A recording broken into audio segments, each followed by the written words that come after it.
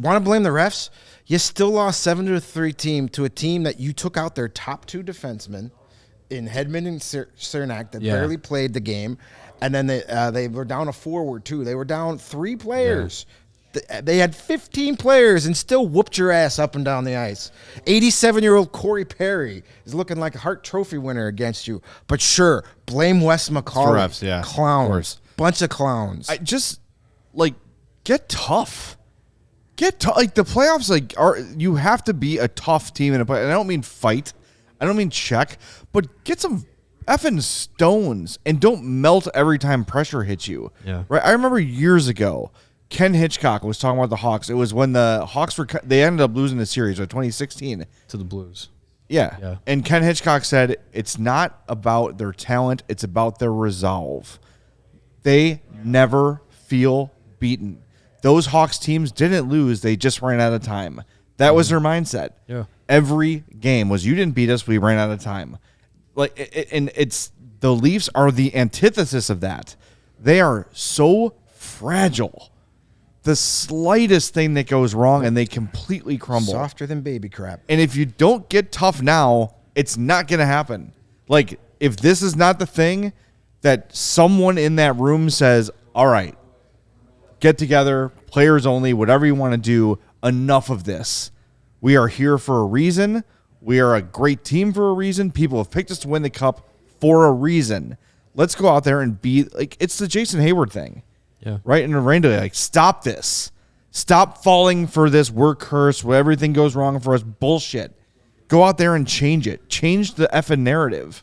And until someone in that locker room does that, that's what the Leafs are going to leave. It's going to be a hashtag this is forever. What happens when you run the same core out every year and expect something different. Yeah. Yeah. You can add your McCabe's and your Lafferty's. You could change your goalies, but it's still the leadership is still the same guys that have done nothing except choke when it matters, and they still could win this series. They should. Yeah, it's one the first game, it's the first game, but it's definitely not a good looking trend because if you lose Bunting for 2 or 3 games here for a suspension, he's getting at least 2 if he's getting an in-face hearing.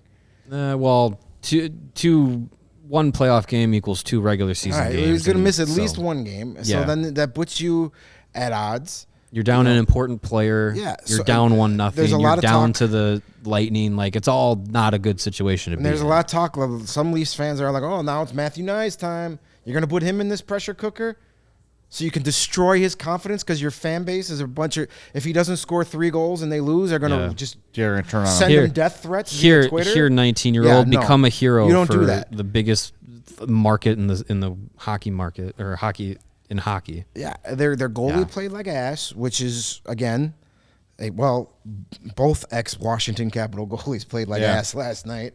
So, the Leafs, I'm not writing them off by any means, but that is just a really bad way to come out that bad against a team you've been knowing you were going to play for over a month that you just beat up and down the ice on Monday of last week. They played each other, but that's the Lightning, man. That's John Cooper. Mm-hmm.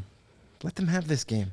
Let them think they own you, and then we're going to smack them in the mouth when it matters. That's like Greg Maddux, hanging a meatball late in the game so a guy thinks he's going to get him. You knew Cooper because the narrative after that last regular season game between the two, that Toronto won handedly, the narrative coming out of Toronto was, well, look at the Leafs pushing around the Lightning. John Cooper was using that. Everybody says you can't. The Leafs are it's nobody. He used that to their advantage, and they came out and said, "Oh, you think you're pushing us around? Take this." You got to do it when it matters. I love John Cooper, man. He's one of the best coaches. Fantastic. He's a great coach. He's won at every level. Yeah, it's not just the team he's never with. Played hockey. Hey, that hashtag played the game. That's a guy that I can't wait for his career to be over and goes in the media because he's got that personality. Yeah, it's going to be a while though. I would love to. It's going to be a while. He might coach for another 30 years. But him just with the narrative to the Lightning of we're the underdogs. How are we the underdogs of these guys? Right? Yeah. Hell no. And there you go. Find it. Find a thing that's going to rally your troops. Right. That's what coaches do. As we go back to the military and sports because you can't ignore it because it's always connected. Rally your troops, get your soldiers ready, whatever you want to say, and go. And the Leafs they have lacked it since the color TV era. Right. Right? Find that dude. And as you said earlier before we got on the show, do we need a camera on Kyle Dubas after every No, we don't play? need the Dubas cam. No. And him like rubbing Jason Spezza on the back when the Leafs score. Dude, you know, why show a guy in the press box updating his resume? It's pointless. There was a thing on Twitter. Somebody was posting a picture of him writing something down. It says, "What's Kyle Dubas writing down here?" And I replied to it saying, "Quote: Get the HR department's number over at Fenway." Who cares? I don't care what the G. I don't. The only time I want to hear see what the GM reaction is when the team wins the Stanley Cup. Yeah. Oh. Or loses in heartbreaking fashion. I love suffering of others. Anything surrounding Toronto in the hockey world is content. So that's just how it goes. That's why I hate them. I'm just so tired of it. So, for a team that's accomplished nothing since 1967, get over it. So the two big upsets, obviously, I don't know if it's a big upset, but this game, the final score was surprising. Yeah. If you were a Leafs fan, would you be worried? I'm saying yes. Yes. Yes.